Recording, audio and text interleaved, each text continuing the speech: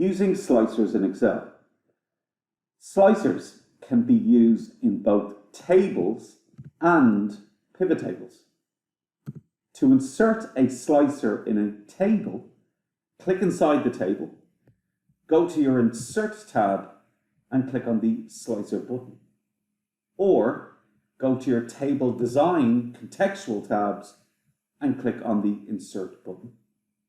To insert a slicer in a pivot table, click inside your pivot table, go to your Pivot Table Analyze tab and click on the Slicer button.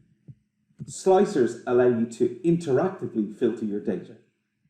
So to insert my slicer in my table, I go to my Insert tab, click on the Slicer button, choose the headings I want to be able to filter my data by.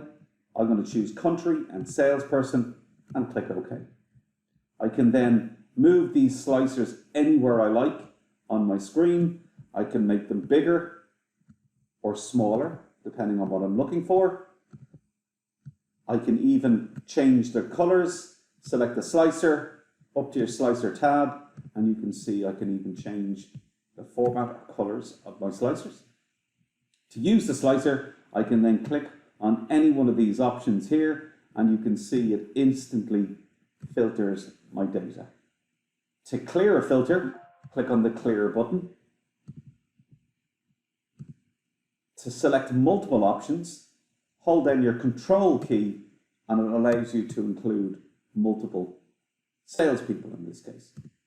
The same applies with a pivot table. Select it, Pivot Table Analyze tab, select your Slicer tab, choose your options. I'll go with Country, Salesperson and Years. Click OK, and again you can see I get my slicer boxes which allow me to interactively filter my data, show me my figures for 2017, 2018, 2019. Let's compare 2020 with 2017, holding down the Control key, and remember to clear a filter, click on the Clear Filter button. To delete a slicer, select it and simply hit your Delete key.